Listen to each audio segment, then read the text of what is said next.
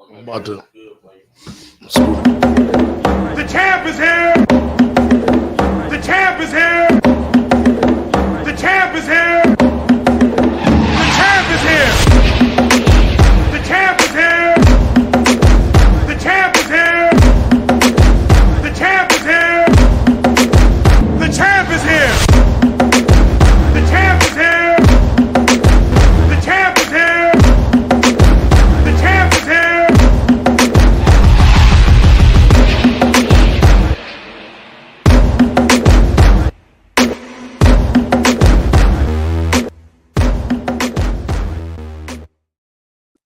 Welcome to State Champion Podcast. We live. We back in the basement. We've been on a little hiatus for a little while, but it ain't no time like the present. Yeah, ain't no doubt. Here in the state of Michigan, we talking about the Division II. All the basketball champions have been crowned, and we have none other in the basement. One of our dear friends, Yes, sir. that won the state champion in Division II. Wydell Henry is in the building today, baby. Right here. Right here in the basement. He had to come in the basement. It ain't nothing like being in the basement. You know how I go. Yeah. But if this is your first time tuning in to State Champions Podcast, on State Champions Podcast, we discuss people, politics, community, and culture. But what would a podcast be? With two great friends, a current coach, a former coach, be without us discussing sports. I'm your co-captain, Raphael Peterson. To my left and to your right is co-captain George T. Ward. How you doing, boy? Man, you know I'm good. We back in the saddle. We got Watt out here, man. Before he hit ESPN and you know all that, man, had to go on Fox Sports. We had to get him in the basement first, so it's all love. Hey, but man, listen, what I saw this year from Wydell in that state championship game, Wydell did an outstanding job. We talking about coaching now. We talking about coaching. He did a great job. Everybody that's tuning in, make sure you tell a friend, tell them to get on the YouTube, because we're not on Facebook. We got to send everybody over to YouTube. Yeah. Get right there on the page, hit the link on George's page, my page, even on Wydell's page, because we got to get all his friends here. Got to get them all. Everybody. All subscribe and hit the like button, too. Yeah, subscribe and hit the like button. If you want to call in, I think I may have gotten that hooked up, but just make sure y'all get in the chat. Yeah. Hit us, ask some questions. You need some coaching tips, Wydell going to give them to you. Yeah. G, I'm going to tell you this, man. It was really disappointing that you wasn't in it. You know how I felt about that. Ain't no question. Felt a little bad for you. Again, your arch nemesis knocked you off again. Yeah. Knocked you off again. But I will say this. I'm sure that you're going to be reloading and getting everything together. Oh, ain't no question. So the question is, do y'all have any more money over there? Because I think you need a new assistant coach. There you go. There you go. No, but man, I did miss going to the games to see you, but I got a chance to check out Brother Y, who's going to be on the stage right in the basement in a minute. Yeah. It's going to be a great time. Anything y'all want to ask him within reason. Yeah, within reason. Within reason. Yeah. About the game, about the kids, because the game was outstanding. About the run. The run. Of course, the run. Yeah, the run itself.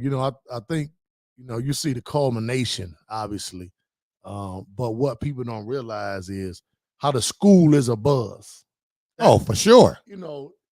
And having experienced that, and obviously we did that, but as a coach walking into the building and seeing the student body and the faculty so engulfed in what you're doing and happy for the young people, to see that kind of support, I know these young men will remember this for the rest of their lives. So no two ways about it. Yeah. What a heck of a job. I don't know if nobody can see it behind me. I think the camera may be too low. Our old high school coach gave us our picture of the state championship, that state championship team from 87, the first one. I really wish we could have got a good view of it, but I think it may be a little too late. Yeah. When I got the picture, I said it has to go in the basement. I think I'm going to get it blown up. And it's going to go right. It's going to go right there where it's bigger than athletic. It's going to be right there. Oh, so yeah, it's right above me. Yeah, right above my head, but you can't really see it. But that was one of the best times. Gee, what do you remember about that 87 run? Wow. What I remember, it's crazy. I was talking to somebody today, is the fact that, because we were talking about Wydell, but the fact that we had to be 5 teams in the top 10 in the state of Michigan to win the state championship. Oh, in 87. Oh, absolutely. We had Bishop Borges, Detroit Cody, Detroit McKenzie, who had 2 pros on that team alone. And then you get to the regional. Yep. Detroit Henry Ford was waiting on us. Mhm. You talking about Eric Wilson, Mark Brisker, Smooth baseline jumper, man. Nice jumper, smooth, fluid. Oh man, look at that. Look at that guy. Look at Kid Easy. Y'all don't see that. Y'all don't see that. Y'all don't see that. Look at that state championship. Hey, that's the start of it all. That's the start of it all. Yeah, look at G. Nobody knew that you had broke your thumb. And you got the cast on right there. You got MT.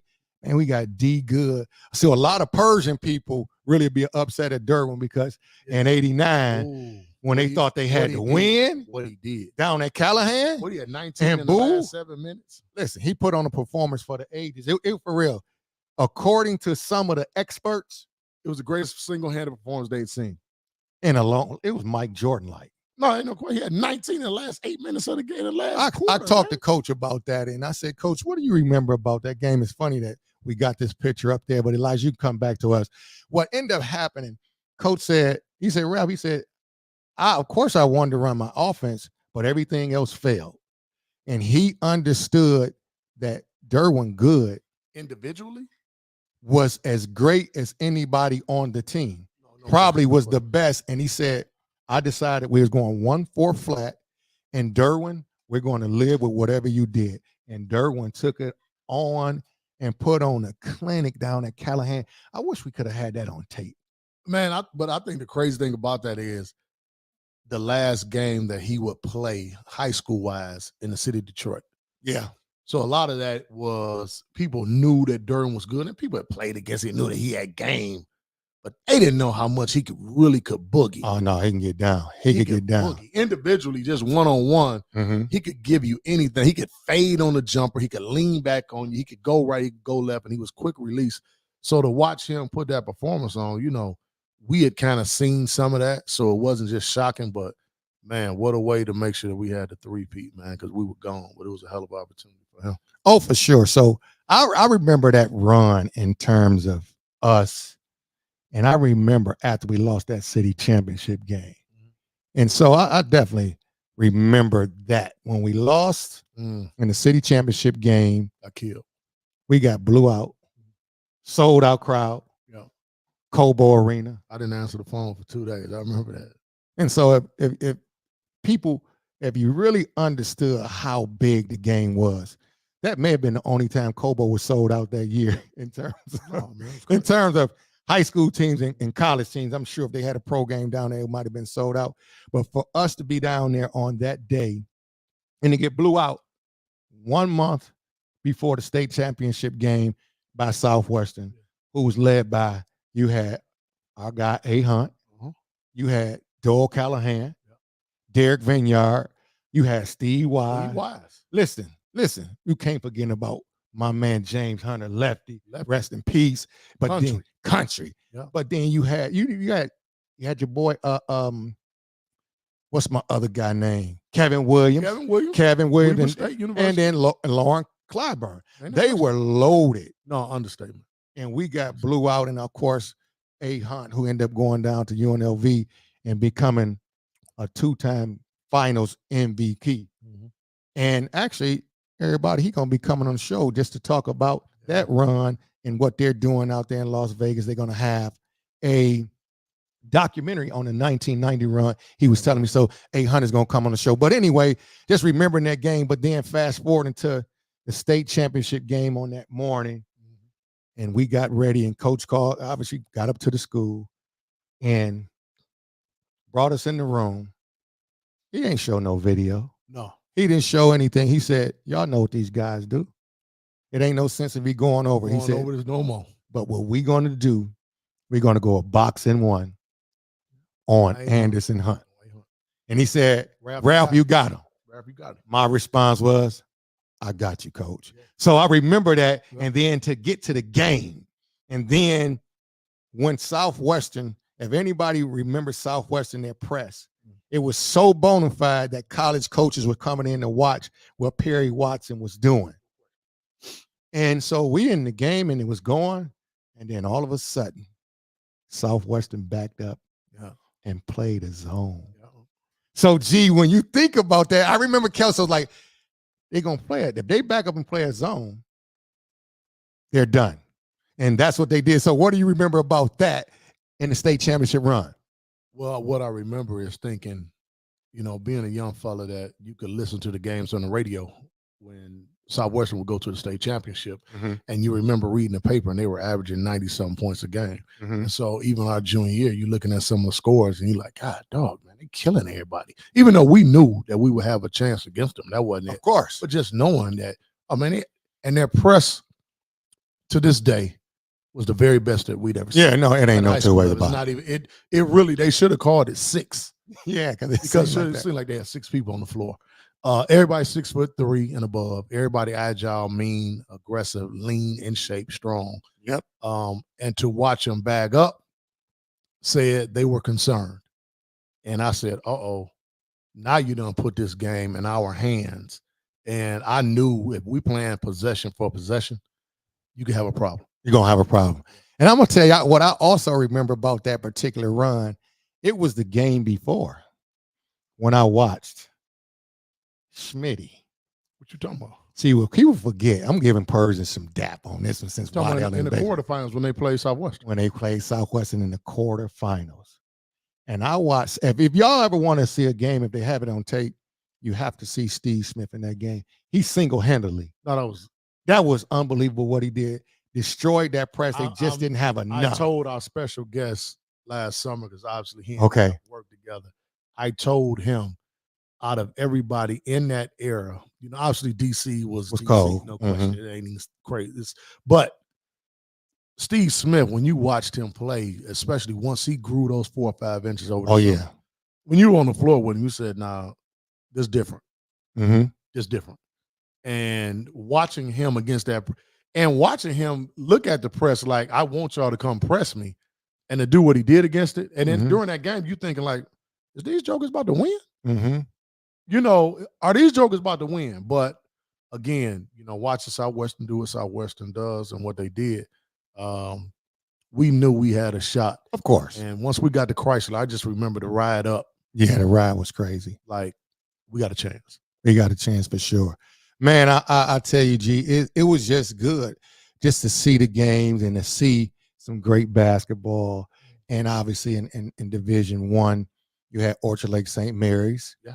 They end up winning it. I think that was almost a foregone conclusion because they were pretty talented as well. Oh, my goodness. You think? Yeah, they was pretty talented as well. And well coached out there. And so then you got your boy out there, Webster. Yeah, Mark Webster. Who's a father figure to Wydell Henry. Oh, ain't no question about them both win a state championship in the same day. Same day, man. That was sweet. It had to be a ACC, man. The Reach family, that's a hell of 7 miles glowing. Oh, I know they was glowing, but man. So, G, what else you been doing since the season has been over? Man, you know what? Just getting some rest. 53 years old now, man. Just recognizing how the season can kind of wear on you, especially when you got a young team. Yeah. We started 3 sophomores and a freshman. Okay. By the end of the season. And, you're teaching every day, which is really what made it really special and really engaging for me. But also understand it takes its toll on you, mentally and emotionally and physically as well. So just getting championship culture, kind of the business been going pretty good. Okay. And then, obviously being the outreach coordinator for Ceasefire Detroit, it's crazy that we're talking about this right now. And I see where, we have 4 young men that were apprehended today. Yes. Due to the untimely death of Terrence Coker Jr. Man. Yes. God bless his family. Hope the young fella rests well. But I think the biggest thing for us now is we hadn't seen student athletes get killed like this. No, that's unbelievable. And also, let's just be realistic. We didn't see student athletes partake in some of the things that maybe some of our young people aren't engaging in right now. Yeah, for sure. I think the one thing that we've been trying to do, and Rav, again, it's right there, man. It's bigger than athletics. We have to get back to a system within our culture that we saw when we were growing up. And, the village has to become the village. And again, I've said this forever, man, our queens have been doing everything they could do. It's nothing like our mothers and our grandmothers and our aunties. But man, this thing gonna roll if we gonna have the sod. I think for the grass to grow, if you don't have any grass, you got to get some sod. Yeah, you got to get some sod. There ain't nothing going on. You know, the sod is the structure, order, and the discipline. Mm-hmm. And without the structure, order, and the discipline, ain't no grass gonna grow. And I think at some point, and we always talk about, you know, people say, well, man, it's a sports podcast. No, it's not. You know, yeah, obviously we are who we are. Yeah. And obviously we talk about sports, no question about it. But what we try to do is engage our community and enlighten our community through edutainment. It's education and entertainment. And I think until we get back to a point where it's like, man, these men done stepped up and stood up and stand for something and put their foot down, then we're going to continue to have these conversations. So that's what we've been doing, just trying to make sure that our city gets safe. Our city gets safe, our communities and our families get safe. So that's pretty much about it. Oh, that's good. That's good. It's always good that you're having men taking part and being and taking the lead and doing those things. We just need more people to get involved, as you said. But so you want to call in, it's 313-458-4445. Call in if you want to call in and talk to Wydell when he comes on the stage and sit at the bar. He in the basement. Well, you know what? I think the thing that was tricky for Y, because I had to call Y. I had to go down there and get him. I had to go get him where? Because when Y is on 6 Mile at the bar, he's a little further east. Okay. So, you know, I'm looking, I'm saying, man, where Y? Come up. I said, man, Y here? Man, he had his regular spot. I said, no, man, the basement, man, not that bar on 6 Mile. Not that bar on 6 Mile, man, not the office, man. We down here. He was at the wrong basement. Man, I said it's at Rouse, not Reeves, man. Get on down here. Okay. He had the trophy at the bar there. I said, man, we down the street, man. So, I forgot. And that's one thing. I would say this, and everybody probably see that trophy. But so make sure you call in. Make sure you follow us on IG, TikTok.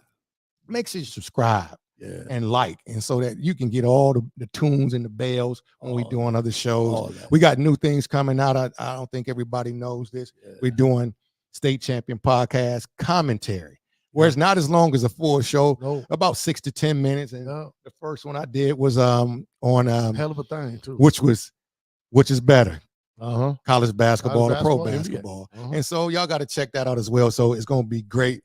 But always remember, you can call in, send us all type of questions. Yeah. Have you got any ideas? Things you want to hear. Things you want to hear. Something you want to talk about. Something you think the community needs to talk about. And again, this is not fluff and duff. This is really about us doing better as a community. Oh, for sure. We the podcast, other people and for the people. So let's make sure you call on in and send us some messages and let us know what you want us to talk about. Hey, and make sure y'all listen. This show is sponsored by none other than the show that's going to be down at the soundboard. Guess who coming in town? God MC Rakim. Check out this promo. Detroit, the party is coming. Wednesday night, March 27th at Motor City Casino Soundboard. It's up close and personal with the God MC Rakim. Yes, Detroit, it's the microphone fiend Rakim with a special one-time only intimate performance. And wait, guess who's coming along with him? The King! That's right, it's Grammy Award winner Kid Capri joining Rakim Wednesday, March 27th at Soundboard. It's going to be a special night of hip-hop, and it's ladies' night, as we honor and pay a tribute to Rakim and Kid Capri for their hip-hop music contributions live at Soundboard. Tickets on sale at Ticketmaster.com and Motor City Casino Soundboard box office. It's ladies' night, Wednesday night, March 27th. The hip-hop party is coming, up close and personal, with Rakim and special guest Kid Capri. Doors open at 6:30. Show starts at 7 p.m. Hosted by the Tune-Up Man. Brought to you by 2D Productions, DA Distribution, Motor City Casino Soundboard. Be there. Oh, man, listen. Next Wednesday, the 27th, get your tickets, Ticketmaster and everything, because it's going to be a great show. I hope D. Kern, I hope you think he can get his man on the show, Rakim. We might well get Rakim on the show the day before, or at least an early edition or something. No, D. Current, listen, we did the show down at the African American Museum, Charles H. Wright. We did all that. And man, Current need to get Rakim right over there. We're going to call that Wydell seat for the night. Man, Current need to get Rakim and Wydell seat, man. Need to happen. All right, so this is going to be the first time in the basement's history Somebody done walk through. Somebody get a chance to walk through. We talking about get a chance to walk through the cameras. You're like you on Arsenio or something. But see, the thing about it is, though, G, it's deserving. No, ain't no question about it. You just And can't walk through. No, but we just gonna I'm talking about he just walked right through the cameras. Yeah. But as he walking through, we gonna have to give him a little bit of music too. What the music from down there? Watts? Mozambique? No. The music that he gonna get when I hit the button, Okay. he just gonna walk through. Now, if you know why, some Anita, he might want some Anita Baker, man. What you gonna play? No. You gotta do it. Here we go. The champ is here. The champ is here. The champ is here. Make sure you. The champ is here. The champ is here. Yeah. There you go. The champ is here. What's up, everybody? The champ is What's here. up, baby? Man, what's good? The champ is here. Champ He's is here. live in the basement. Yeah. What's up, Ralph? You the guy. Yeah. State champion. Come on, I'm man. talking about. A couple hours ago. I'm talking about Division II state champion. We talking about Wydell Henry. At Warren Lincoln. Warren Lincoln, the Abes, though. The A's, baby. The Lincoln Abes. A's, Lincoln A's. Man, first things first. Since you the champ, you know we got to get it. We got to get our champagne out. No. We ain't doing nothing. No, we ain't doing we gonna get it. We gonna get our champagne out. But G, keep on going because we got to get this rolling. Well, I want the fans that really, really understand this thing to know that why wasn't really given anything. Oh no, sir. You know, he's had to work and grind and yell and stomp and do everything he could, man, and develop and teach. They live in that gym. And it's a situation where, I mean, come on, man. Yeah, some people will say this or that. And yeah, he got some bad boys in that backcourt. But you look at the development that was needed for everybody on that team. Like nobody came in and you said, oh, they surefire started as a freshman. Didn't happen. And to watch his guys develop, and obviously with Wydell being close to us, you know, we done scrimmaged, man. And Rav, we've been around each other, and just to watch his team develop. And I think more importantly, surprising to some, not surprising to us, I think the discipline that they showed in the last 2 to 3 years, you saw this thing building up in the last couple of years. And to watch his guys get better and better. Some of his players, man, I saw them when they came into high school. I saw the bodies. I saw their work. I saw their game. And nobody can say, oh, man, it wasn't no foregone conclusion. What he's been able to do and get these guys ready to play. And I think the last game really was indicative of what they've been doing over there. They played with a bunch of damn sense. They didn't just out-talent. They listen, nobody come to see you, Otis. Can we get Wydell to talking, man? Wydell, because my man is just killing me right now. You said get it started. Yeah, He said, hey, what he say? He get it started, but I thought you had a question to ask. I was letting you. I ain't like 25 minutes, man. Man, why? These Why? my guys. What's up? Man, how did that run? What did it feel like when that buzzer sounded and you won that state championship game? It was a lot of joy. Man. A lot of hard work. A lot of rough days. You know, one of my partners I talk to on the regular. I got a lot of friends in the coaching game that I talk to a lot, and a lot of mornings, a lot of nights, and I just tell them what's going on. Even on a collegiate level, I talk to them, and you know, when that horn went off and we was able to get it done, it was like a relief. Like, man, all the sacrifice and hard work you've been putting in is really here. It paid off. They really bought in, you know, because you never know if your kid's gonna buy in all season. You talk it, you can say it, buy in, but a lot of times they don't. And I was just happy that, you know, them last 2 games up at the Bridge, and I told my assistant coach, I said, man, our boys playing hard. They don't want to lose. Yeah, absolutely. You know, and I was just proud to see that. And that's all I kept saying to myself all year was, come tournament time, they got to like me.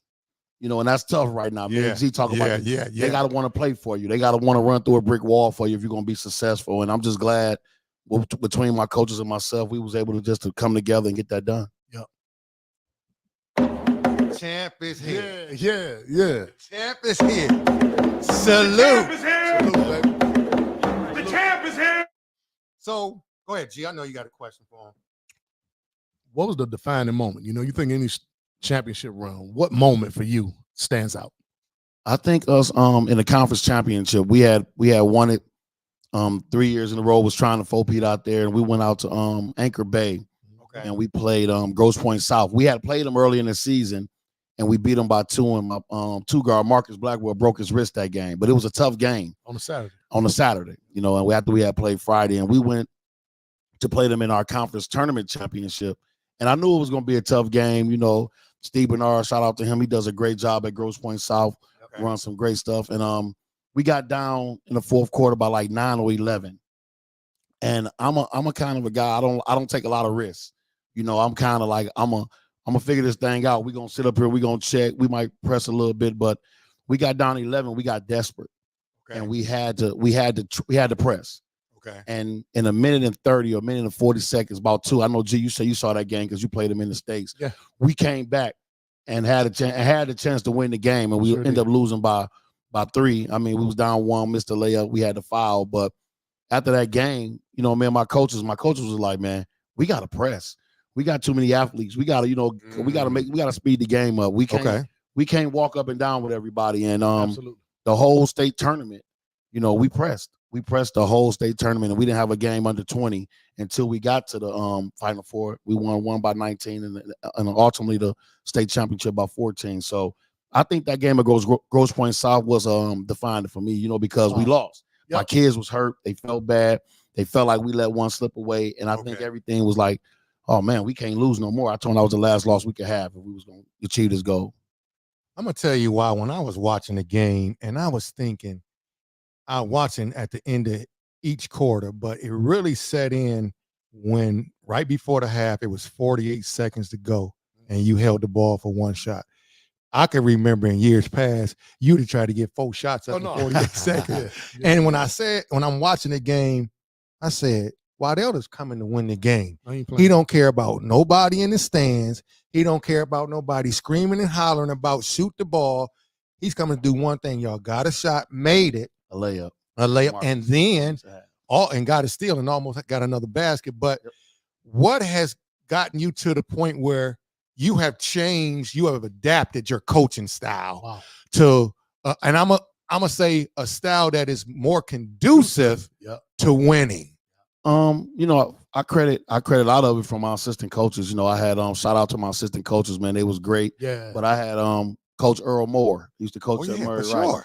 Shout out to Coach Moore, you know, and me, I always wanted to value possessions. But you know, one thing Coach Moore always said in every practice, Coach, work on your end game. Work on your last minute and the last minute of quarters. And you know, we got the ball. We got Moses Blackwell. Can't nobody trap him. Yeah. Let's take the last shot. And that stuck in my pocket all year. Like, and we did it a couple of times where we, you know, end of the quarters, we had to start working on, hey, let's get the last shot. If it's under a minute 20, we're going to take the last shot and go into the half, the quarter. So that game, it was more like, look, we're going to value this ball. They was big. We wanted to cut down possessions.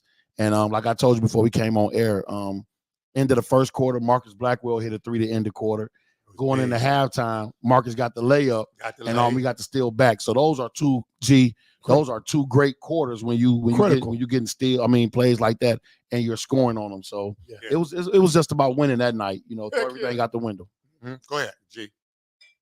Man, looking at it, the buy-in too from the parents, man. Talk about that briefly, man, and how that's been. They had to be great for you. Talk about it. You know, like I said, I talk to a lot of coaches, G. You know, we talk a lot. Yeah. And I'm just going to be real on TV. I don't know who all watching, but parents can be something else nowadays. You know, and I don't know if you got a bell to ring or not, but I will say this, though, for my parents. Let me see. Go ahead, Wydell. I got it. Let me see. Hold on. Man, don't cut it. Parents could be something. No, they can, but for me, and if any of my parents watching, they was awesome. I had not one, and I mean this seriously, in the camera, off camera, I had not one parent question one of my decisions this year, whether your son ain't playing, he ain't taking care of business, he ain't suiting up. And we had several games where guys couldn't play this year because they didn't take care of business somewhere, whether it was working hard in practice or doing something wrong in class. They never questioned me. They never said anything negative to me about, you know, why my child ain't playing or why he ain't playing as many. I had zero issues with parents, and that was a blessing. That was a real true blessing. Actually, they would support pregame meals. We would get, you know, They would make meals for us and have it at the school ready for us. Anything we needed, they was there to support. So shout out to my parents. They did a wonderful job this year. Love it. So that means, see, this is, I guess you're talking about creating a culture, but then creating this relationship, not only with the players, but with the parents. And so then now, to me, hearing that, G, that now, to me, in my mind, is the turning point. Because parents allowed you to be the coach. No question. And they didn't interfere with what was going on. So now your team has full growth. And they can see it from the lens of you and the coaching staff. So now you may have lost some games because you're not going to win them all. But when kids see their parents are buying in to the lead guy, the kids will say, hold on, this is our father away from home. No question. And so that's what probably, now I'm hearing it, this what probably got y'all to state championship. That's what won the state championship. You can see the buy-in. When you can tell the buy-in. When you look at the kid, if they bought in, that means the parent did. It's the bottom line. Yeah. So when I watch it, I mean, obviously, there's no sense in running from it. Mo Blackwell and having a real father and the twins being guys that were, recruited, whatever people want to say about it, coming out of middle school. And for the dad to say, well, no, strategically, the mom and the dad to say, you know what, we're going to put our children in the hands of a real man that's going to coach them. They're going to work hard. That's going to coach them hard.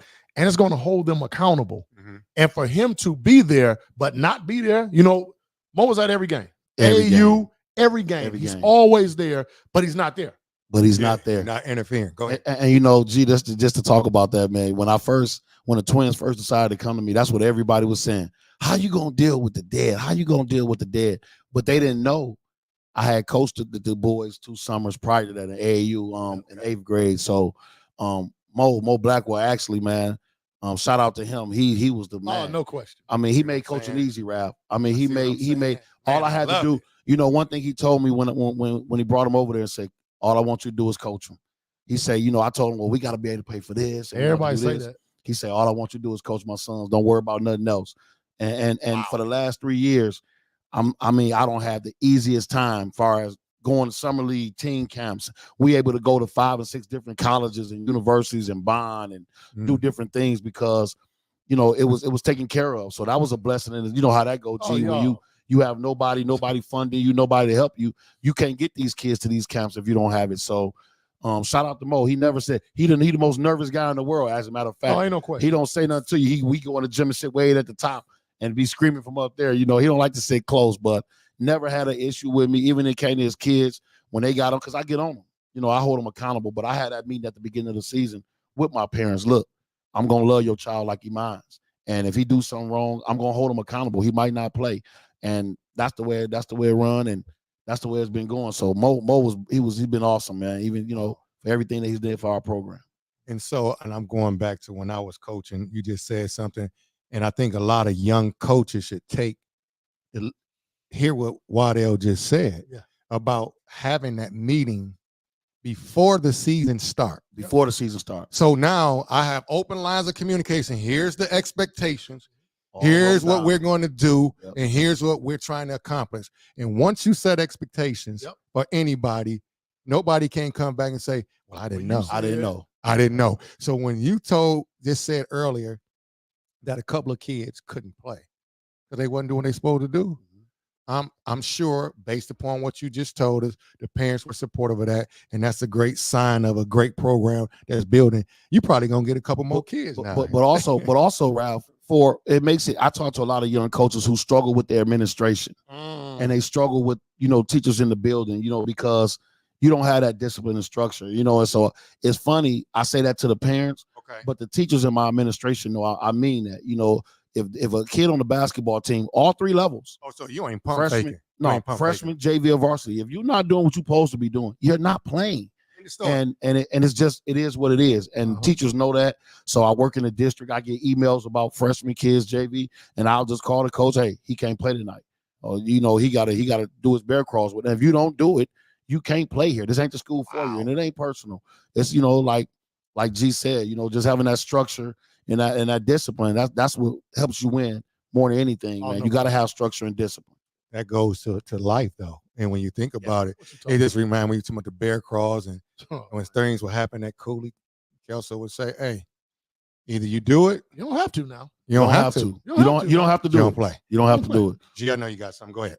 Well, no, I just think, man, looking at it overall, it's one moment, state championship.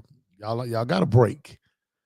I'm looking at Moses. I called you that night. I say, man, we got to value possessions. Make sure. And Moses had been great state tournament. I'm watching him on the break, and he coming down. He doing his thing. He looking around like a point guard should. He's seeing the floor, and he turns around. I grabbed my thighs. I said, man, what the hell is he doing? Yeah. Man, he turned around and plucked that three. Crucial. I said, game over. I said, game over. What were your thoughts when he came down? Y'all got numbers, and you've seen y'all get a dunk on that type of possession at least 48 to 52 times this year, and he turns around and bags it out. What were you thinking?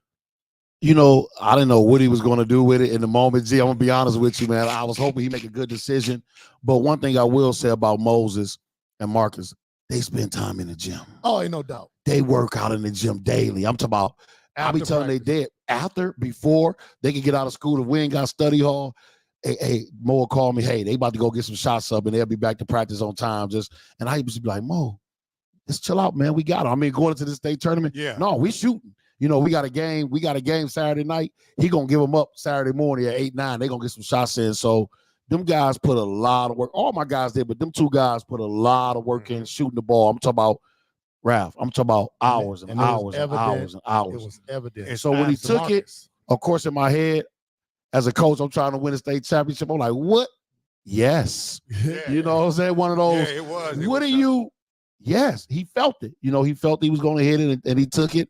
And I'm just happy he made it. He played real well. I had told him and his brother, you two guys, if I looked at the state tournament in my way, and the way we had to go, and I told him, I said, y'all two the only two with Division I offers. If y'all supposed to be Division I guards, there's no way we ain't laying it up for the state championship.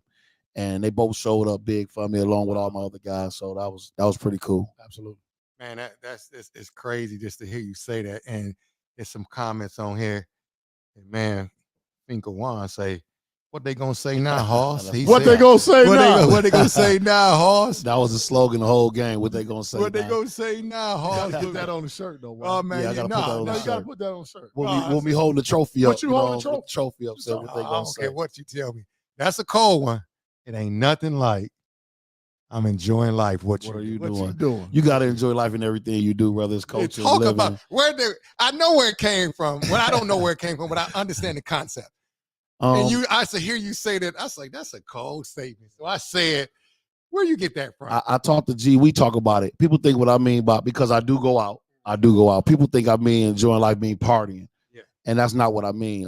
My mom dropped dead when I was 19 years old, and she wasn't sick or ill. So for me, enjoying life mean every day can be your last. You never know when it was.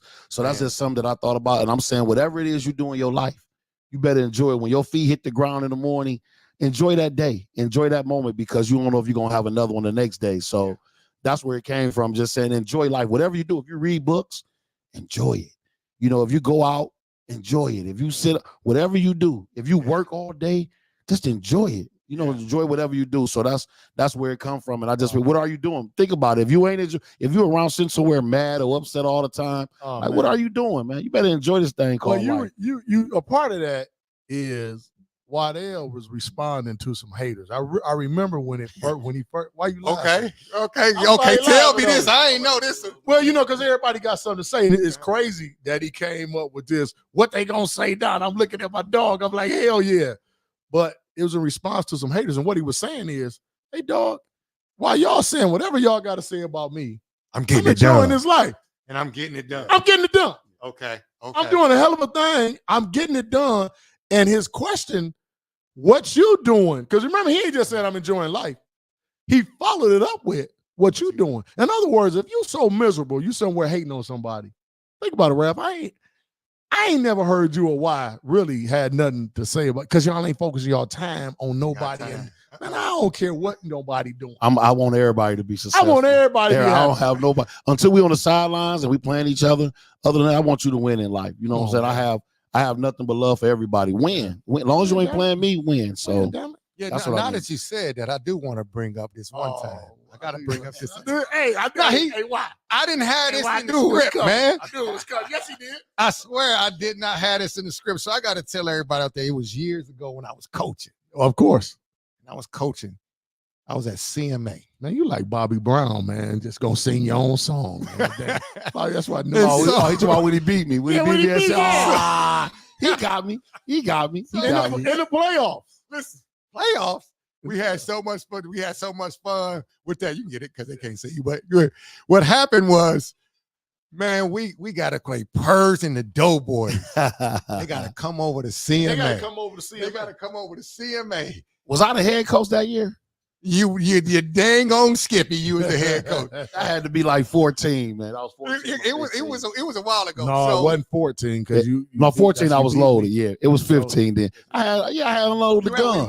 You had The gun was getting me loaded, the right? the site fact. You had site facts guy. I was 15 then. That was site fact. 15. And then so I'm gonna tell you. See, I went because I watched the tape. I said, now wait a minute. Wait a minute, what though? Wydell is pressing up here 100% of the time. I had a kid, I said, hey man, you're gonna get 30 and 15 rebounds. Well, I lied to him. He was only a freshman. He had 28 and 13 that game. Because I knew all I gotta do was throw it down the court. And we had so much fun that game talking. And my son was playing at the time. And I said, now, I'm telling you, it's gonna get to a point in the game where it's gonna be one-on-one. You know, do you recall what I did? Like, I can't tell y'all because I might end up getting a job and I might have to play you again. You know what I did? I'm gonna tell y'all. Triangle and two. To this day, a lot of people I went triangle and two. I'm side facts in your point guard. So anywhere they went, if they drove, I had help. Yeah. And then it was only because you only had really two guys to play, and the other guys really couldn't shoot. Yeah. So I said, I'm on Wydell. So that was a fun time. I remember that was fun. So then listen, I got to go behind this one. I said, Wydell, now if I play you again, man, take it easy. Yeah, take it easy. Ralph, I'm gonna beat the hell out of you, man, if I get you. So I'm glad I'm not coaching this year because he sure would have laid me out this year. But man, listen. go ahead, G. Listen here, man. They tough, they loaded, they play like a PSL team, and it's crazy though. The discipline that they showed, man, has been crazy. But why? Not that the season up with, because you moving on straight adrenaline. What you been doing for the last couple of days, man? You get off work now, and you ain't no practice. Man, ain't nothing to do. I've been going home just soaking in. I got to go home and watch the games. Yeah, I haven't watched the game. Like actually sat down and watched it on TV yet. So I just really been going home, getting a lot of calls from a lot of reporters, and we got a lot of great things going on. The school buzz is awesome around there, man. My administration, my principal, my first AD. state championship Yeah. in the history of the school. Yeah. And it's a collective effort. I'm talking about my superintendent. We got 3 elementary, 1 middle, and a high school, and all 5 has been involved in everything that we're doing. We got a parade Friday where they got permission slips. They're gonna have the elementary school kids come out tomorrow. The middle school that's next door to the high school. I'm taking the boys over there. We're doing an autograph session. They think our guys are like professionals, so they got cars they're gonna sign, and then we got a lot of great things going. I mean, it's a great buzz going around Warren Lincoln, and it's a great place to be. You kept saying that. All three schools right next door to each other: elementary, middle, high school. We got a wonderful administration, great facilities. I'm marketing. It's a great place to be if you want to send your kid to a public school and get an education and play some sports. Oh no, you're doing some marketing. So I got a question because a lot of people give them a lot of comments, and they just going back and forth. Do you have any advice for my man to my left who can't seem to get a win? Hey, what do you think he needs to do to get a win? No, G got it. Like he said, his team was young this year, man. So you think he's gonna be ready next year? Yeah, he better be. Nah, hold on. Now he know we talk about this. He ain't got no choice but to be ready. Not to get into it, but we all know he lost a tremendous, a tremendous player this year that could have really helped him get there. So he had to rebound from that. G do a great job. Every year he's in it. He's always going to be around the championship or flirting around it. And that's why I love this interview when he said, I'll be there. People took it as he was talking, no, he was confident in his team. Sure. It wasn't a slant to nobody else's program, but he felt like, man, my program and the job I do, I'll be there. And that's the confidence you need to win year after year. So G'll be there. He got, like you said, he got his rival, man, down on Grand River. And I love to see it, man. That's the only thing I miss. I can't get to those games and watch them, but I believe he got a wonderful team coming back. I ain't playing them, but he'll be there. No, we ain't playing. We good.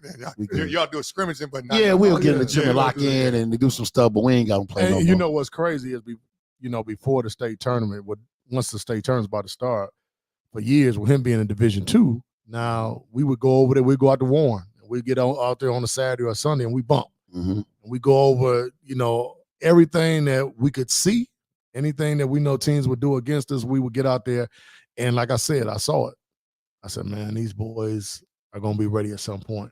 When the Twins were freshmen, when you look at that crop, talk about your big boy for a minute. Talk about your forwards, the unheralded guys, because you can't win a championship of any sort without the unheralded guys. Talk about your unheralded guys that people don't get to talk about or read about on Twitter or in the paper every day. Yeah, man.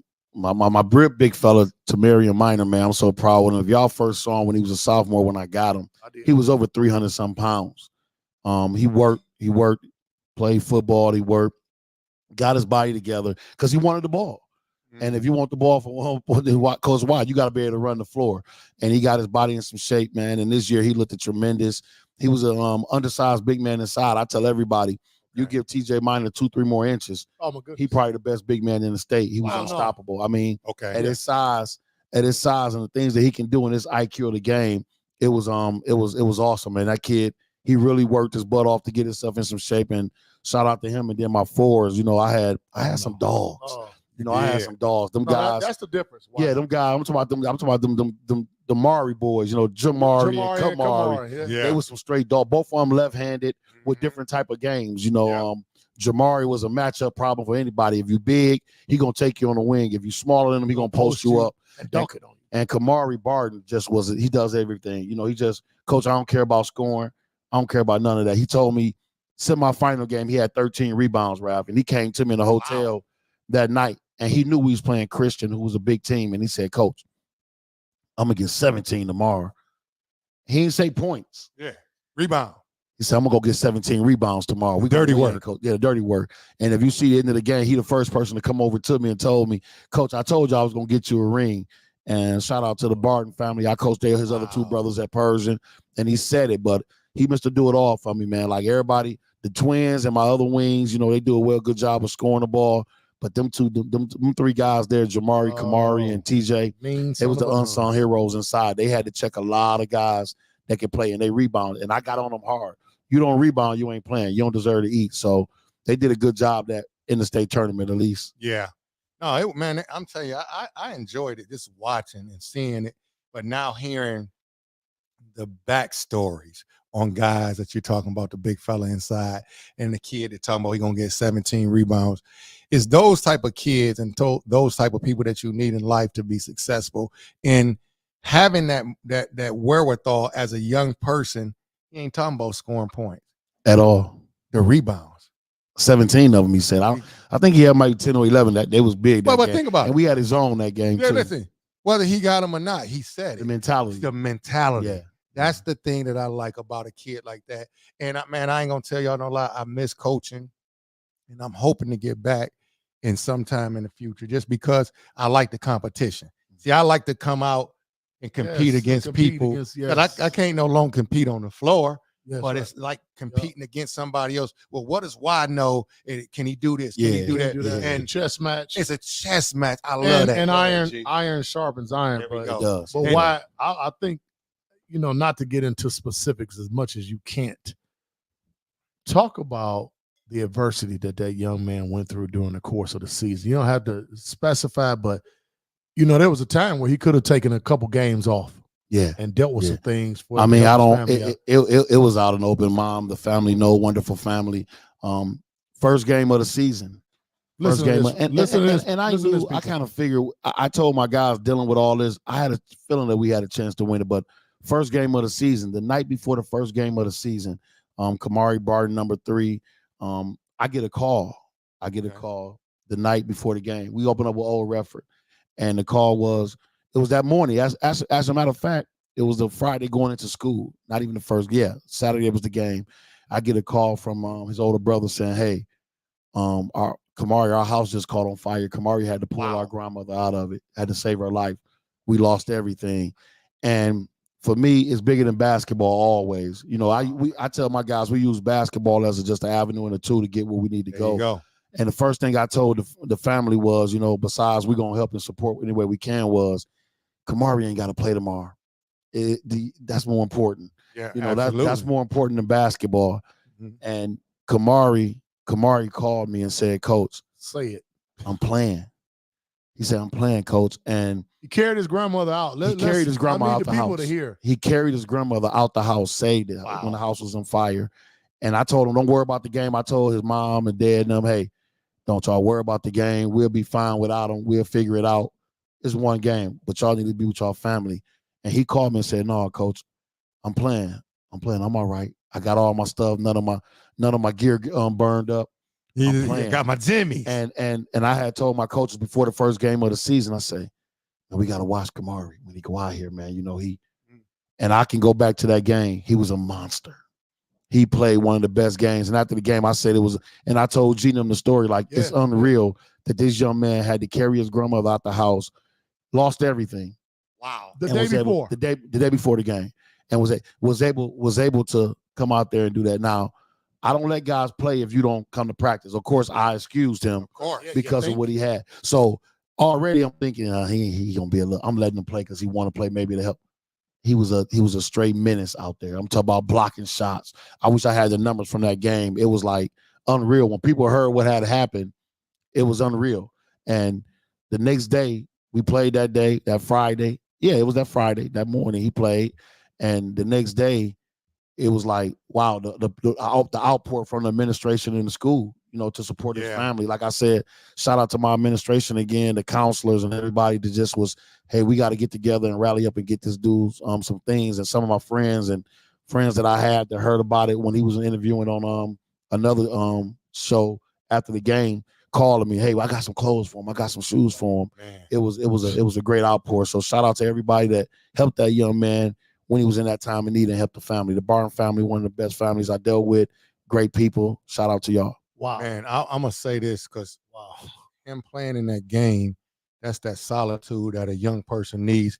We hear these stories all the time about sports when adversity comes and hits home. Mm-hmm. And then guys go out and play big time games is because that's their refuge. That's their peace. Absolutely. And they need that. So for you to do that, and obviously you knew that if he wanted to play, he was playing. The day before he didn't practice, I don't have nothing to do with nothing. Right. But for him to do that as a young man, I promise you that story is going to stick with him forever. And he is going to be one of the solid individuals that we need in our community. A great father. Everything. Great father, everything. Great husband, all of those things. Yep. Mark Webster said, congrats, REACH program. It's on the you can't see it. I thought it was on the screen, but it's here. But this, man, that's a big time story. G, go ahead, because you're about to add something. Well, you know what? When we look at it, why obviously, being a guy that gets on his guys, that holds them accountable publicly, to once you got the twins and once their buy-in made it where these other guys were going to run through a wall. Talk about how your administration, because initially I know some people that, they're in Warren and they've never seen basketball valued or any athletic program valued as much. Yeah. They make the hire. Initially, I know it had to be like, let's see what he really is about. What happened where they started to realize, like, oh my God, this was the greatest thing we could have done? Well, I think honestly, when they made the hire was easy. One of my former partners that was at Persian, he was a football coach. He had called me, heard I had resigned from Persian. I was still the AD at Persian, so let's just get this clear. I didn't get fired. I was the athletic director when I decided to step down from coaching. And he was like, "Hey, man, it's a job, it's opportunity over here." I think what really made my administration knew that I wasn't playing. I still was working at Persian, but I was coaching at Lincoln, and I was able to get all 3 levels. We're gonna shirt and tie on game day. Yep. We're gonna have progress reports. When I first did it, the teachers was like, "This too much. Yeah, Progress you reports, doing too much. Yeah, what are we doing?" And I just made it clear to my principal and AD, like, look, this is a way for me to keep in track with them, know they got to be on behave and be in line. So I think once they saw that, that I could get all 3 levels, I could get, 30 young men or 35 young men to just come in there with shirt and tie on game days and really conduct themselves and really didn't want you to put nothing negative on that progress report because they knew it was going to be a consequence for it, whether it's running, jumping, whatever. I think my administration said, yeah, we made the right hire. And from that day, my AD, who's a principal now, my AD I got now, it was like, whatever you need, coach, we going to support you. And it made my job so easier. It made it a lot easier. Wow. Yeah, man, that's big time because it all goes back to the administration seeing and believing in the person that they hire and not micromanaging as if they know anything about sports or basketball. Wow. Yeah. They didn't micromanage. That's you why came you in got with a a plan. CMA. Huh? That's why they got you on CMA. You know what I'm saying? Now you Shot on. Look at it like Ralph. You know what I'm saying is, I got it. What I'm Go saying ahead. Go is- ahead, Z. hey, what I'm saying is, when you look at it, certain programs, when certain people are no longer there and they plummet, you got to say, hey, that wasn't the right move. No. And you got to say, and I understand how the genders go. Oftentimes somebody can't say, you know what, I made a mistake and let me correct it. So they just stick with it. And then that thing will just continue to roll down the road and nobody won't say nothing. But our young men and their lives and their futures are at stake. No question. So kudos to Warren Man. Lincoln, man. Yeah. But as we look at it, I look at the last 2 Division 2 state champions, Ferndale, Warren Lincoln, Juan Rickman, Wydell Henry. Common denominator, Detroit public school graduates, former Detroit public school coaches. At some point, and I've said this before, and I guess I'm 53 and I ain't never been scared of nobody anyway, but we gotta, and I know what Jay and Anika and Erica Bray, what they've done has been tremendous. Hold on, I think we got a call. Hello, caller? Man, that's Kern, probably. It's D. Kern. What's good? Oh, man. D. Kern. Ain't nobody following the leader. Ain't man. nobody. Hey, What's up, no, man? we'll follow the leader. Where the tickets? Hey, G. Ward. What's good? I gotta share a story between me and Wydell. Okay, go We shoot know it. what you go. We know what you're gonna say. Hey, Wydell, congratulations, man.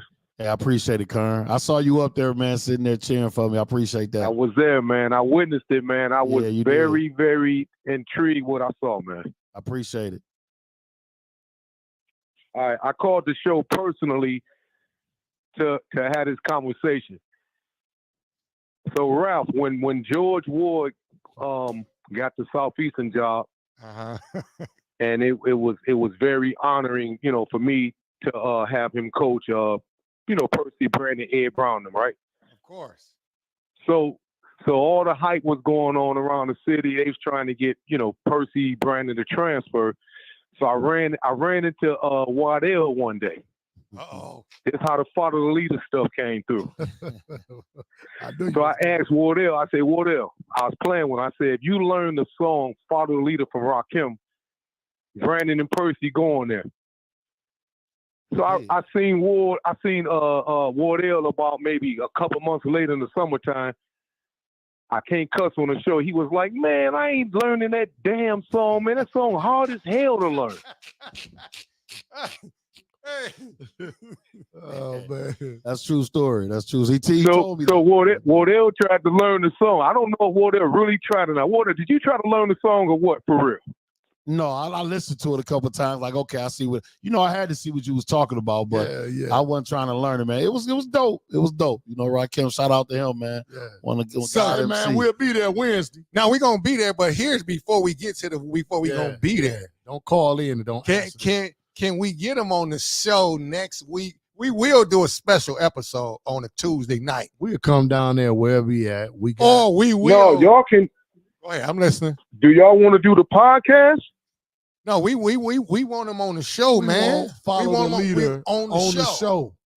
We got DJ. Hey, if y'all Kid bring the Easy. cameras, What? if y'all bring the cameras to the show, I can get y'all an all access interview.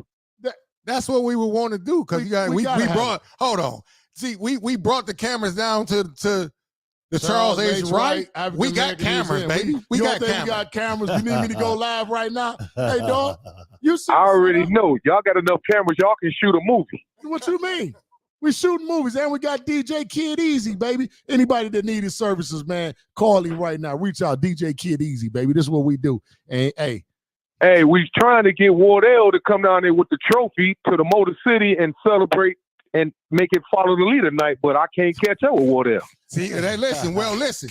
Now that you done caught up with him, we gonna definitely call you. We gonna make sure that he down there for the follow the leader because we at the show next. hey, we need an Wednesday, all dog. access interview with Rakim, man. Listen to me. Make it happen, Kern. Make that Man, I'm gonna have. Hey, when he do follow the leader, he can do it right there with Wydell holding the damn trophy because that's Wydell's new nickname now. I'm gonna do follow the leader, especially because we were just talking about parents, man. Especially with you being such a great parent to me for them damn 2 years I had Brand, man. You owe me that anyway. We own it. Follow the leader, man. Oh, no doubt, no doubt. All right, Kern, we'll see you next. Once again, man, congratulations to the show. Wydell, man, you pulled off a bad mother, you know what, man, at the Breslin Center, bro. Come I on, appreciate he did his thing. Hey. They say I Make can't 'em- coach, but I appreciate you, man. Make him clap to this. Yeah. Peace, man. No We'll doubt, talk to no you. doubt. All right. Peace, my brothers. Yes, sir. Man, that was Derek Kern of D2. DK. DK, the big guard. Yeah, big guard. When they were listening. Hey, he ain't tell y'all. He wasn't tell a story. He threw orange juice on the floor when we was playing Southeastern, over there in the playoffs. But we ain't gonna talk about it. He threw orange juice trying to get a little delay in the game. Hey, man, Little Jawan came down and butter rolled it or something. But yeah, And you know what I'm saying? He was mad, man. DK, my man, but he did though, man. But shout out to DK. He always been a great guy. Always No been doubt. a jokester, man, and I appreciate that. all the time. Yeah. Oh, we got another call. Let's see who this is. Caller, you live on the air. DK, my man, but he did though, man. Shout out to DK. Always been a great guy. Always been a jokester, man. And I appreciate all. Yeah. I ain't called the show, man. No, that ain't me. I don't know how that got on there, but anyway, somebody called in. But listen, somebody said Coach Wydell does a great job with my nephews, Marcus and Moses. I don't know who that is, but That's what's up. I appreciate it. They do a great job of That's listening. probably though. Deron. Deron, that is. Oh, that's my guy. There, Deron, That's my yep, there it guy. is. That's I my don't guy. even know why we ain't got the big screen up on it, man. What's Okay, hold on, let me see. Hello? Caller, you live on the air. You gotta cut down your Hey, phone. cut your volume down. Gotta You cut your just wanna volume make down. something on it. Cut your volume down. Hello, caller, you live. My guys. What's good? You gotta cut down your phone. What's up, man? We can hear you now. Who's Wow. That's speaking with? Easy. EP, what up, baby? This Sally Still, why bro, Oh, Sally baby? Sell, what's the I was deal, about to say. man? Hey, man. I want to congratulate my brother, man, because they was telling him he can't coach, he's too aggressive, he screamed, everything that a basketball player do to another basketball player, they told him he couldn't do. Well, here's the funny thing. They always say he too aggressive, he screamed, he do a lot of things. That's But, every bro, I black want to man in the country. congratulate you. That's every black man in the country that tell they don't you like what they who's doing gonna say things now, right. boy. Yeah, man. That's my guy Sel, man. He my brother.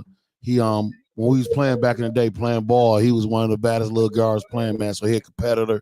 And I think, Ralph, you know what I'm saying, everybody need to know I never wanted to be a coach. You know how some people, you talk to people now, people that know me now, they be like, man, you was a coach when you played. I always been my own person, never tried to fit in with nobody, you know what I'm saying? I love my guys.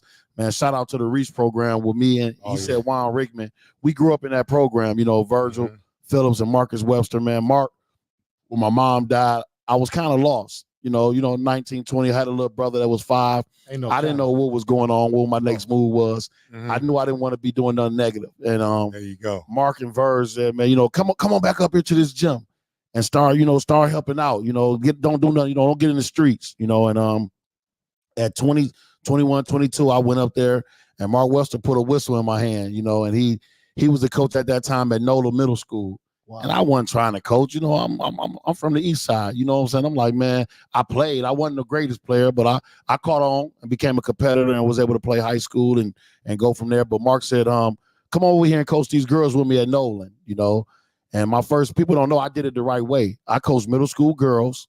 Wow. Then I coached middle school boys. Okay. Then I went over to Persian with AW Canada. Shout out to A-Dub, and he brought me over there with him. And I was the head JV coach at Persian. So my steps wasn't just come off the street and go right into varsity. I did it the right way. Like I said, started coaching middle school girls first. Then I coached middle school boys. Then I coached JV. And then A-Dub became the head coach at Persian. They made me his top assistant and told me, man, you can't coach the JV team no more. I was kind of crushed, because I was like, dang, I'm okay. I'm we doing your thing. I'm rolling. He like, man, I need you to be my top assistant. And from there, it was like I was just sponging things up. So G, shout out to you. It's funny because I talk to Kenny Mays every morning. Yeah. And Kenny Mays, he's one of my critics. He don't call me and be like, yeah, great job out there every game. Man, y'all didn't rebound work for nothing, man. He gonna hit you with man, that. Yeah. Hey, First thing in the morning. I'm talking about 7:30. I'm on my way to work. Man, I was watching the game now. Y'all ain't gonna win if you don't get the light skinned boy to score now around the basket. You got to get some. You got to get some points inside. And a lot of times I listen to him. When he talking, I'll be like, I laugh, but I'll be like, he making a little sense there. Maybe I need to work on rebounding a little bit more, work on free throws a little bit more. So for me, G and Ralph, I wasn't trying. Even though everybody that I talked to, all my friends I grew up was like, we knew. Even guys I played high school ball with, man, you was a coach then. Yeah. I didn't see it. I didn't know it. You know what I'm saying? But, what God has for you, it just happened to work out this way, man. And I'm blessed, man. Like, to have Marcus Webster and Verge, like y'all said, Mark won a Division I. We talked right before, after he won his, he called me gloating. He said, hey, man, it's a fraternity, man.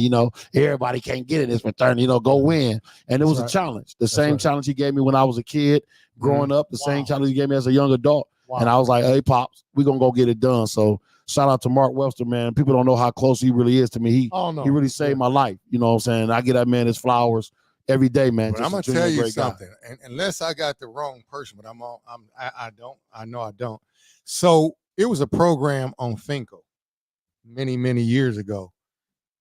And Coach Tucker, God rest his soul, where now Loyola sits. St. Francis. Mm-hmm. The program now, a guy told me, and I'm sure it was Mark Webster. I'm not crazy. This was many years ago. Yeah. They said they modeled that program exactly after Coach Tucker. Yep. And that was a program that I was in as a young guy before I came to Cooley. Me, Earl Stark, Derwin Good, Yamin Sanders. Yeah. We had a number of guys. So to mimic that program, that to me, it's just it gives me warm feelings about that because they looked at another guy and said, I could mimic that program on the East Side. And they did it.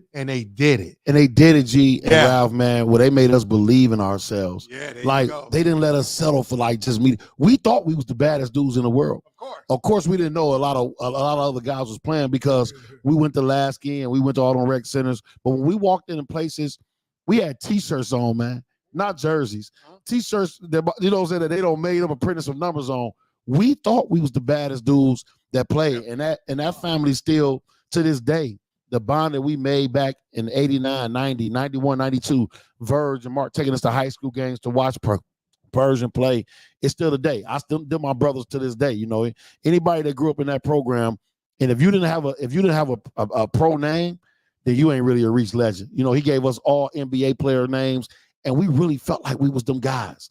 Like we could, I know it. Hey, because I'm looking at some comments. I had two of them, Calvert Cheney, Avery Johnson. And you can't tell me I wasn't Avery, when I was playing. So left-handed. Yeah, you know what I'm saying? Just gonna be a leader and pass. But that program did so much for me, man, to make me put me where I'm at now. I owe it a lot, you know what I'm saying? And that's how I started. And so I'm looking at mug on the screen. You know, obviously, Brother Webster, Dr. Tucker's Why Reach exists. Exactly. I knew that so story. we was good now. So I didn't know if you knew it. Yeah. We were going to Chicago back in that young. We went every year, every Easter weekend. Yeah, so I went to Chicago at least 10 years. And I remember going and shout out to, Coach Duke, Eric Butler, all these guys. You talking about Big O'Neal, you talking about Dollar Bill. It was so many guys off Finco that were they was the guys we looked up to. Yeah. But Coach Tucker was the guy I remember coming to the gym as a young fella, and he would say, "Where's the report card?" Oh, that's crazy because where your report card at? That's how Reach was. You could. I'm telling listen, you couldn't get in the gym. Them, he told me, and he's saying it on here, man. That's true. That's true story. I really, that was your ticket to getting in the gym. Your report card. Where your report card? If you ain't have a report card, you bet come in there if you want to. Yeah. And back then, and G, we talk about it all the time, man. Men that we worked together, man. They got it. They lit into us, man. And it was our parents loved it. Our parents loved. They lit into us. If you weren't taking care of business, don't walk in that gym. And to the point we was competing about who had the highest GPA in middle school. Little did we know that it would translate, later in life. Like this is what it's about. Being successful, doing the best you can, and that's what I tell people all the time. I didn't, being a coach for me with these young men that I coach every day, Ralph. I challenge them every day. I hold them accountable. I don't give them an avenue to make excuses. We ain't making none. And I tell them, if you want to cheat and not touch the line, that's how you're going to be in life, man. You're going to take shortcuts. See, you ain't cheating me. Yeah. You ain't cheating me. You cheat yourself. You cheating yourself. So man. I tell them that. I say, I'm worried about you. And this is what I tell them, Ralph, when they're doing it. Oh, you don't want to touch the line every time. I'm worried about you, man. Not today. I'm talking about when you become an adult. And then the kids. And then when the kids, when things get tough, they get the meltdown and crying. It happens. I ain't gonna sit here and say that my program's just perfect and I don't have no situations. But I tell them how you deal with it is how you gonna become a man. You know what I'm saying? Like, what are you gonna do? We gonna cry? We gonna whine? We got another call. Let's see what happened. Caller, you on the air? Hello. Hello. Who is this caller? Hey, how are you? I was calling to be on the podcast and talk to Coach Wydell. You live on the air. You live on air. All right. Well, what up, though, Wydell? What's going on? G Ward. What's good? What's good? You know who this is? We don't. Why? We don't. Who is this? This Miss A, baby. Miss A, what's going on? You all right? Oh, I'm A1. I called to tell you congratulations, sir. I am proud of you. The hard work that you done put in over the years has paid off for you. Being the humble man that you are, staying close to God and making sure your kids were close to him too. I just wanted you to know that I'm proud of you, sir. I appreciate that, Ms. A. I appreciate that a lot. That means a lot to me coming from people that seen the grind. She was at Persian with me. Shout out to the Dope Boys. Got to give them some love, man, no matter what. Of course. I had to tell a reporter I ain't graduate from there. Yeah. I'm a Northwestern coach. Northwestern guy. But Persian made me who I am as a coach, man. And Ms. A was a big supporter of our program. So I appreciate that, Ms. A. Oh, she's gone. But so it's funny because my brother who was just down here, he from Northwestern. So that's Coach 2200 West Grand, baby. Don't get it twisted. So it's crazy that you go, I go. We all go. So it's funny. You see how people call. And why I promise you, Coach Kelso told me this many, many years ago. I asked him, I said, Coach, what's the most gratifying thing about winning the state championship? And I thought it was going to be the games. He said it's going to be when kids or parents or someone call you who you never thought was paying attention, call and congratulate you, or you see them out and they say, Coach Wydell, you don't remember me, but I was at the school. Yeah, I ain't even play. There you go. I didn't even play. Yeah. So I was like, wow. So as a young coach getting that information from Kelso, I was like, yo, this is crazy, man. This is crazy. I enjoy coming in the basement with guys that's done. Come on, man. That's put in the That's hard put in work. the real work. Yes, sir. That haven't been, again, man. I think, Mo kind of made a post the other day. He could have done a lot of things with his children. A lot of these players, parents could have done a lot of things No with question. children. Yeah, I saw that post, G. He went on there and he said, we didn't go blue collar. You know what I'm saying? We didn't go. We just, picked the right coach and the right school and the right situation for my boys, and and it worked out for him. He said no regrets. He had all caps. No. I asked him. It was tough. They had option to go to Cass, Brother Rice, any school they wanted to. You know what I'm saying? And I just said, trust me with your boys. I'm gonna do the right thing with them. And you know, he said, okay. You know, I had a relationship with him, had known him for a long time, and he was like, you know, I'm gonna give you a chance, and man, and it's working out for him. Mom, she's a Cass alum. She loved Cass, wanted him to go to Cass, but she called me the other day and was just like, hey, look, I appreciate you, coach. And that's what you said. That's what makes it all worth it. How does that make you see? You got the mom. First of all, when a mom say, is one thing. When a mama say, I appreciate you. But what I love is about the brother Mo Blackwell and what he said to you. Mm-hmm. You know what I'm saying? And coming to you. How does that make you feel? Because I'm telling you, it just gives me chills, and I'm not even the coach. You understand what I'm saying? Because it's two black men, because this is what I'm talking about here now. Two black men. Mm-hmm. I'm trusting my kids with you, dog. He did. And to be honest, you know, he had some concerns. He say, man, people say you party too much and you go out. And I had to tell Mo, we talked about it after I won it. I said, man, you know, all the slander that was coming towards me about me, like I didn't get in the gym or we didn't work and we didn't get in the gym. And when he got with me after the 9th grade year, he said, man, I don't know what they talk about. You, like, I don't leave practice early to go party. You know, when I go party, it's adult time. Yeah. It's my time. You know what I'm saying? You got to enjoy this thing called life. But I never, you know, he never withered. You know, somebody asked him, somebody asked the boys when we was making our run in the regionals, like, man, Marcus and Moses, next year y'all could go prep. They looked at him like, we good. We stay here. Like, they want to play for me, and I don't make it easy for them, G. You know what I'm saying? Like, them two boys get a lot of when we ain't getting it done, I look at them. What y'all doing? What y'all doing? AAU, what y'all doing? When you in the stands, AAU. When you in the stands with them, AAU, you getting on them. Yeah. Fall league games, I have seen you blow a rod. And I think this is a testament, you know, before we get out of here. Yeah, for sure. And Rav kind of alluded to it. When you look at the triangle, when you look at two black men, one mama who, tell me whatever you want to, they love their sons, they love their children. And for y'all to be the rock and say, no, this is what we're going to do. Mama, don't worry about it. We got this. Mm-hmm. So what produces is, see, the state championship, really, in the big scheme of things, it'll be something that's is very minute. It's very minuscule. At the end of the day. At the end of the day. It's all over said and done. But these two young, the emotional lack of intelligence that our young men are displaying now, Moses, Marcus, Jabari, Kamari, none of these boys will experience that because they have been around a man that has shown restraint, taught them love, and taught them what true love looks like. No question. Most of our children don't know what true love looks like. They believe that love comes in the form of a gift. Yeah. What a gift. The gift is the love. The gift is the side. Yeah. The structure, the order, and the discipline. And God damn it, you done gave it to them. And their parents should be proud, not proud of their accomplishments, but be proud of themselves to say, I put my child in the hands of a hell of a man. Kudos to you, bro. I appreciate that, man. I appreciate it because it's a lot of hard work. You know, we talk about it all the time. Yeah, for sure. It's a lot of hard work and a lot of days, blood, sweat, and tears, man. So I haven't had a chance to, you know, sit down and reflect on it yet. I got the trophy for the first. Ralph, you made me go get the trophy out the school. I was like, yo, I got. Hey, they almost. My AD principal was like, where you going, man? I said, I ain't gonna keep it. I ain't gonna keep it. It's coming back, baby. It's coming back. The trophy is here. I said, but I gotta go on the podcast with it, man. The trophy is here. So shout out to my administration who told me, hey, take it. Go ahead, coach. You earned it. Listen, when I tell you the champ is here, I look at that. I was like, yo, I got to send him a text. Come on, man. Can't come down here without the trophy. Don't dog. come down here. Yeah, he did. Man, listen, this is the end of the show, man. Why? I'm so glad for you. And I'm telling you, just to see the growth. And I was over at Persian when he's not lying. Was over there doing programming.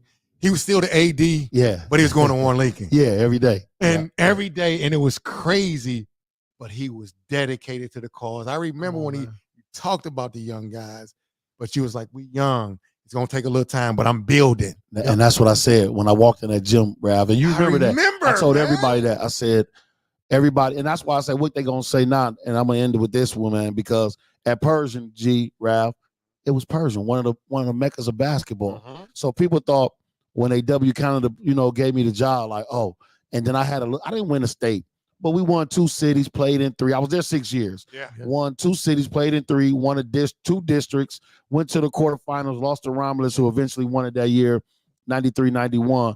It was always, well, it's Persian. It's Persian. He supposed to do that. Persian keep talent. And it was like, okay. So God had put it in my heart, like, you know what? Walk away from Persian. I didn't know where it was going to lead me to, but it led me to Warren Lincoln. And when I walked in Warren Lincoln, fellas, I sat there and I looked at the gym and I said, I'm going to turn this into a powerhouse. I said, I'm going to turn Warren Lincoln into one of the top programs in the state. I didn't know how. I didn't know when, but it ended up happening. And, you know, fast forward 6 years later, 2 with COVID. Ain't no question. 2 years with COVID. So 4 years, we stayed champions, man. So it's a great feeling. And it came with a lot of hard work, a lot of great support, and a lot of sleepless nights, man. And I just want to tell any coach that's thinking about coaching, you know, because one of my former players is taking over at Persian, Deshaun Sims. He's young. And I talked to him. I talked to him last week, and I said, man, only advice I could give you is make sure you have structure, discipline, and do it your way. Yeah. And that's the thing that I want to say over at Warren Lincoln. You know, I was able to do it my way, man. And my way was right, holding them boys accountable, taking them to church every once in a while, letting them know it's bigger than basketball, doing different things with them. So it's a pretty beautiful thing. And the crazy thing is, G, I'm humble, but I just want to look at the camera and tell everybody we ain't done. We'll be back. Somebody said, they was like, can you do 2 in a row? Somebody asked that. Well, you know, I'm a competitor. Hey, Ralph. Hey, I already know. This ain't one. I'm like LeBron. You know, that's my favorite player. Not one. No, don't even get me not started. 2, not 3, not 4. You know what I'm saying? Yeah, we trying to go for something that ain't been done. So I'm going to keep working and keep grinding at it, man. As long as my administration support me. Shout out to all of them. I want to get my shout outs now because if I don't, they knew I was coming on a podcast. And they get you a little, all right, down here too. But anyway, I just want to get some shout outs. I know my AD and my principal them. I got tequila too. Yeah, we're gonna wait till the show over. We'll talk about all. I'll be to work tomorrow though. But to my administration, my athletic department, man, they made it so easy for me with everything they do. To all my parents that supported me out over the years. It wasn't just this year. I haven't had bad parents. Maybe once or twice I'll get called the name in the stands because they kid wasn't playing. But other than that, shout out to all the parents I work with, to all my coaching friends, G Ward, the nights that we talk. It takes a village to do everything, you know. No doubt. Kenny Mays, Bone told me you never give him a shout out on the show, man. So make sure I give him a shout out. So to my guy, Bone Dog, he told me to shout him out. I did, man. I appreciate you. To everybody that support me, to the ones that think I still can't do it, you know. So I need you. Did it. I need you. Yeah, I need them though. Fuel. That's what fuels me. So fill up to the people that say maybe I can't coach, I don't know what I'm doing or whatever. I shout out to you too. I bless you, you know. So to everybody that's supporting me, standing around me, I just want to say I thank you. I appreciate you. And we got it done, and we'll be back to do it again. Hey, G. We enjoying life. We enjoying life. What you doing? Hey, I'm going to end the show on that one. Come on, man. Oh.